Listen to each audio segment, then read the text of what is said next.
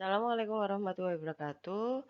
Untuk materi pembelajaran selanjutnya kita akan membahas mengenai pengembangan bisnis. Untuk pembelajaran yang lebih detail kita bisa beralih ke slide selanjutnya. Nah, investasi berulang kali sudah dijelaskan bahwa investasi itu merupakan sebuah cara ya, salah satu cara dalam mengembangkan jumlah uang atau harta yang Anda miliki saat ini. Jadi masih dalam eh, hitungan salah satu ya, bukan the only one atau satu-satunya ini saja gitu ya. Jadi salah satu untuk mengembangkan jumlah uang Anda atau harta Anda menjadi otomatis harapannya menjadi lebih banyak ya, bukan tambah sedikit gitu. Oke, next ya. Selanjutnya aktivitas investasi, di mana aktivitas investasi itu kita harus tahu dulu tujuan yang jelas dari kenapa kita harus berinvestasi, kenapa kita perlu berinvestasi. Nah, ini harus jelas dulu apa tujuan-tujuannya. Jadi yang namanya investasi itu kan kita menghold dana kita, gitu ya. Dana kita, kekayaan kita hold dulu supaya memiliki nilai lebih gitu ya. Nilai lebih atau uang tersebut, harta tersebut menjadi berkali lipat kenaikannya atau nilainya.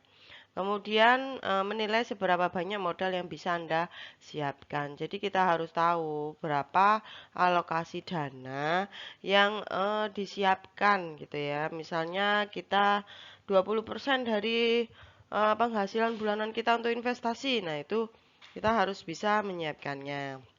Kemudian memahami resiko pada diri sebagai investor dan jenis investasi yang diambil. Misal kita tidak menyukai atau tidak cocok dengan investasi online, maka kita bisa menggunakan investasi yang real. Misalnya kita menyimpan emas seperti itu ya.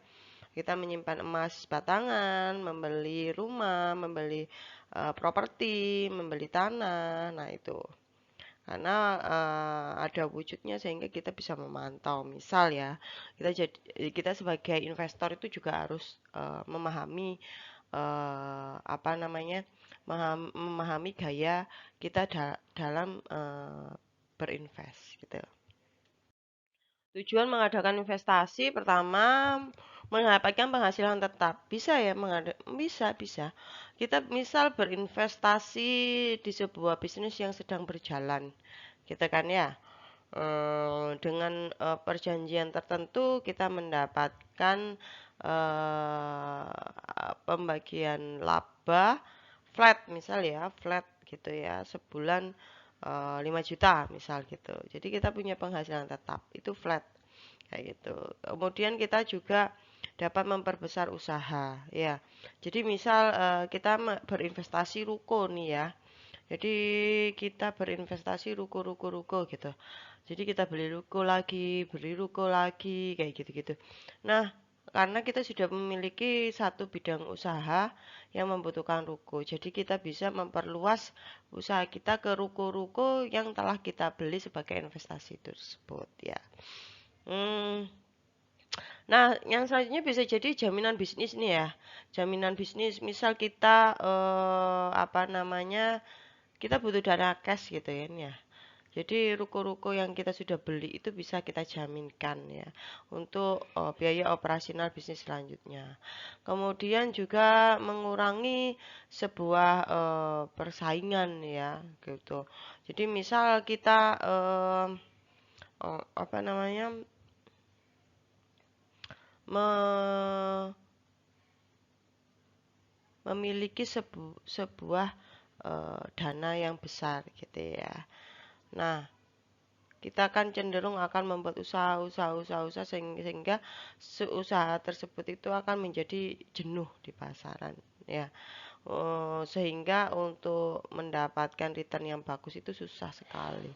Nah, oleh karena itu kita dapat berinvestasi gitu ya, berinvestasi ke sebuah usaha yang sudah berjalan dan settle, sehingga kita juga mengurangi persaingan gitu ya. Gitu. Kita mengurangi persaingan. Kita tidak perlu juga membuat usaha banyak gitu kan ya. Sehingga pasar jadi jenuh, jadi merah ya bidang usaha tersebut, sehingga susah untuk mendapatkan return. Jadi kita mending mengurangi persaingan uh, di masyarakat kita dengan cara berinvestasi ke usaha-usaha yang sudah settle gitu ya, sudah apa namanya, berjalannya itu sudah ajak lah ya, dan menghasilkan return tiap tiap tiap ininya, tiap bulannya gitu. Nah, ini ya, ada macam-macam investasi, ini tergantung orangnya ya, suka yang mana, yang nyata atau finansial. Ada ruko, pabrik emas, berlian, ya gitu-gitu ya. Dan kalau aktiva yang finansial ada deposito, obligasi, saham. Ya, main yang mana nih gitu ya, suka yang mana. Nah, ini bisa bisa dipilih ya sesuai dengan eh, resiko yang diterima dan gaya berinvestasi kita ya, individualnya masing-masing kita. Nah, investasi langsung ya, ada macam-macam investasi, investasi langsung dan tidak langsung. Nah, kalau investasi langsung itu memiliki surat berharga, pemilik surat tersebut dapat menentukan jalannya kebijakan yang dapat berpengaruh terhadap investasi surat berharga yang dimilikinya. Jadi dia itu investasi langsung ini memiliki andil nanti terhadap kebijakan-kebijakan seperti apa, komisaris kayak gitu-gitu. Investasi tidak langsung yaitu pengelolaan surat-surat berharga diwakilkan oleh suatu lembaga atau badan usaha yang dapat mengelola investasi dan para pemegang surat-surat berharga tersebut, atau sebisanya mungkin berusaha untuk menghasilkan keuntungan yang dapat memberikan kepuasan terhadap pemegang surat berharga. Jadi di sini itu dikelola ya. Ada suatu lembaga atau badan usaha yang dia itu mengelola investasi yang Anda tanamkan gitu ya, yang Anda dananya Anda investkan, dan dia itu mengelola dana Anda, dan pastinya pengelolanya dapat persentase dari hasil Anda juga gitu ya. Jadi karena Anda tidak mahir berinvestasi, jadi dibutuhkanlah sebagai lembaga atau badan usaha yang mengelola investasi Anda. Nanti lembaga ini yang nanti mengaturkan investasi maunya kemana, seperti itu. Nah, ini ya, apa sih manfaat dari berinvestasi? Pertama, dapat meningkatkan aset ya. Aset kita itu bertambah. Misal kalian beli ruko ya, ruko, misal ya, ruko. Ruko itu kan salah satu ruko itu kan strategis ya. Dia itu pasti di tempat strategis, pinggir jalan ya, gitu-gitu ya. Yang namanya ruko, pusat perbelanjaan atau pusat bisnis di situ. Nah, itu dapat meningkatkan aset ya. Misal saya membeli ruko itu pada tahun 2015 ya. Itu seharga 475 juta. Dan tahun 2020 ini ya, 2022 ini harganya mencapai 1 M lebih. Jadi mungkin kita ada peningkatan nilai aset ya di situ. Kemudian dapat memenuhi kebutuhan hidup di masa yang akan datang. Jadi kalau tahun 2015 saya membeli di harga 475 juta. Nah, pada tahun sekarang 2022 misal saya membutuhkan dan saya jual 1 M gitu ya. Bisa saya jual 1 M sudahlah gitu ya. Nah, harga 500 juta dengan sekarang yang 1 M itu mungkin mirip-mirip lah, mirip sama lah gitu. Jadi bisa memenuhi kebutuhan di masa yang akan datang ini ya. Jadi masa yang akan datang ini 2022 ini gitu. Kemudian hidup jadi lebih hemat. Nah, kalau kita berinvestasi kita itu nggak foya-foya ya. Nggak beli-beli barang yang tidak ada nilainya. Ya gitu. Jadi maksudnya tidak ada nilainya itu apa Bu gitu kan ya. Ya yang tidak bisa kita jual lagi gitu kan ya. Yang tidak bisa nanti bernilai uang lagi kalau kita suatu waktu butuh. Makanya kita harus invest saja supaya kita itu tidak boros gitu. mencegah dari jeratan hutang. Nah, ini jangan sampai kita berhutang ya. Berhutang yang produktif tidak masalah. Tapi kalau misal kita membutuhkan dana untuk sekolah anak, misal ya, dana untuk sekolah anak lah. Kenapa tidak investasi aja gitu ya, mulai anaknya kecil gitu. Dengan cara apa? Misal kita orangnya orang yang investasi nyata-nyata aja real gitu kan ya. Ya, seperti teman saya misal ya, orang tuanya itu single parent dan orang tuanya itu sebagai abdi negara gitu kan ya, dengan dua orang anak yang dua-duanya adalah berkuliah. Jadi eh, yang bersangkutan adalah untuk tidak berhutang dengan cara mulai kecil ditabungkan emas gitu kan ya. Jadi waktu besar butuh uang, emasnya satu-satu dijual. Kayak gitu. Biar dia tidak berhutang ke seseorang atau saudara atau bank seperti itu ya.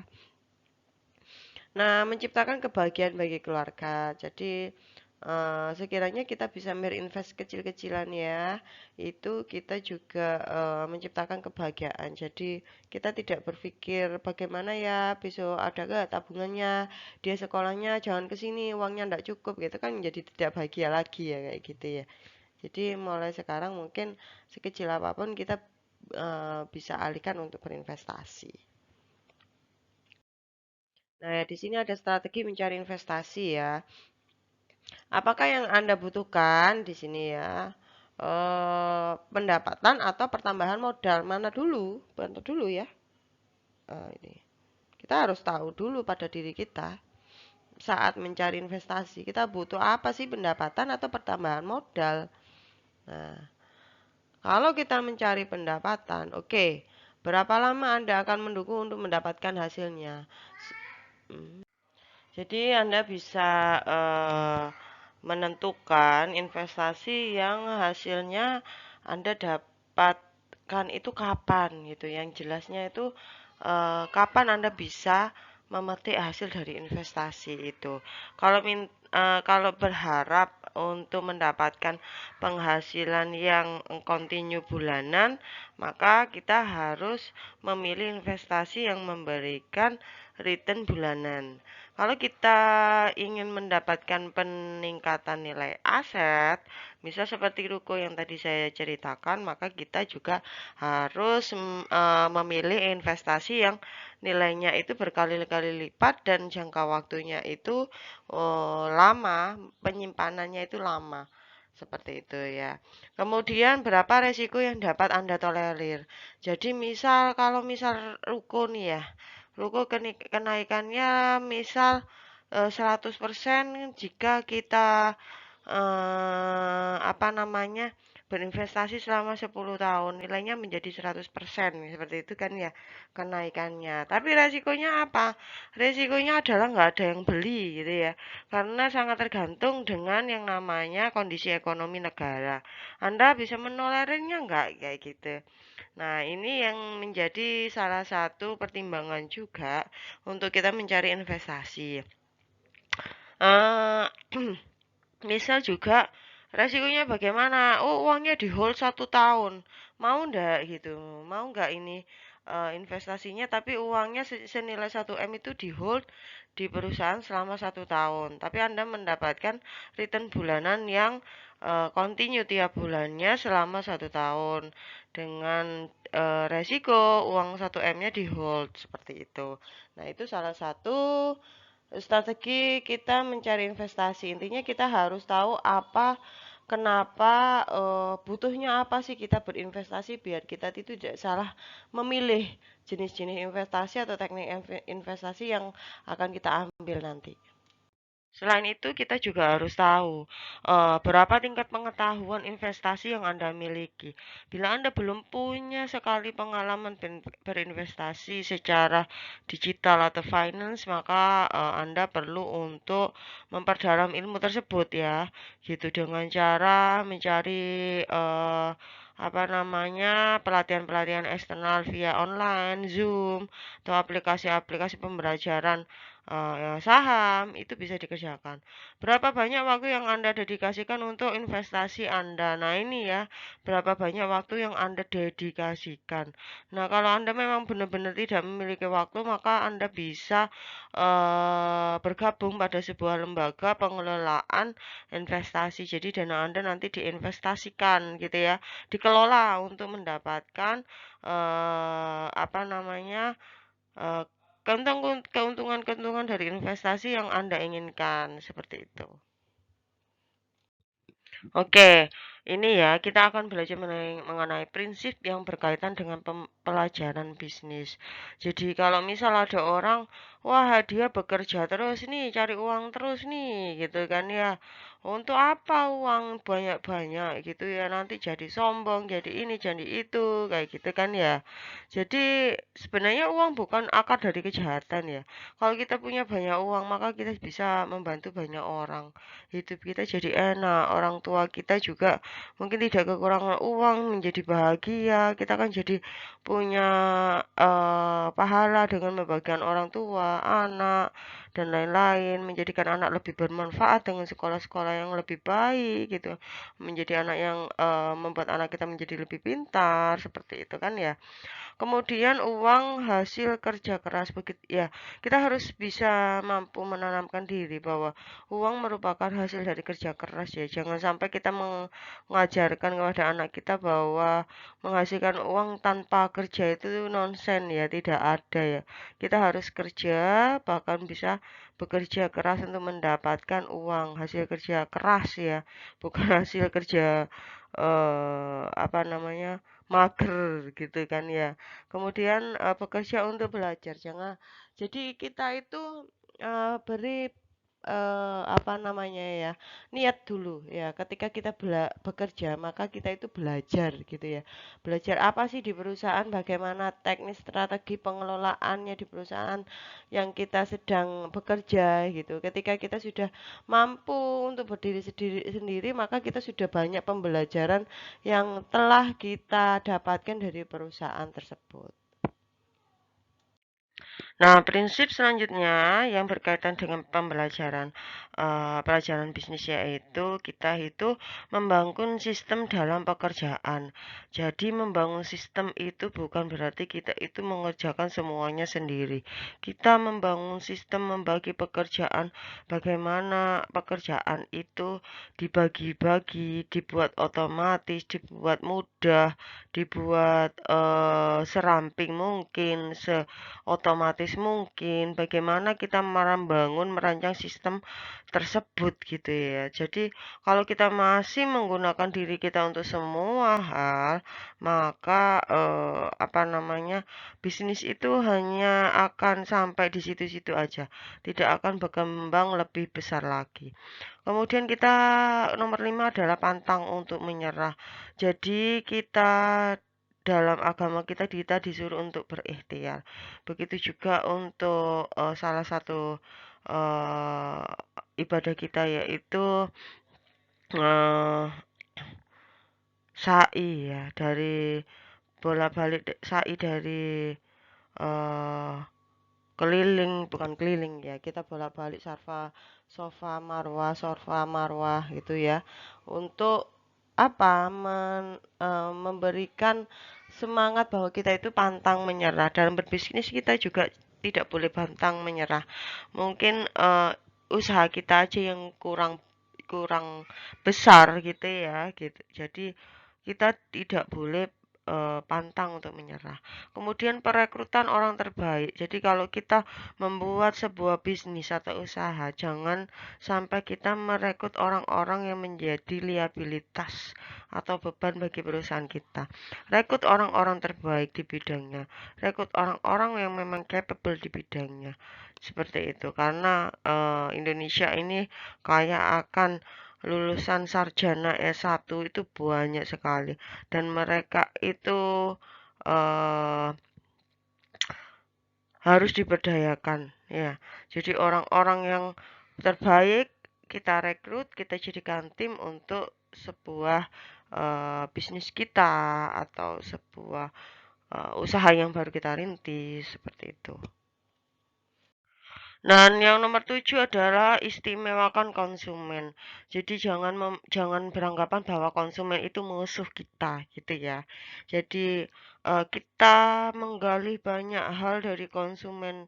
Kenapa konsumen itu tidak suka belanja di tempat kita, tidak suka ke tempat kita, ke toko kita, ke layanan kita, kayak gitu-gitu kita harus istimewakan customer biar customer itu atau konsumen kita itu mau memberikan informasi-informasi tentang usaha atau unit bisnis kita dengan jujur.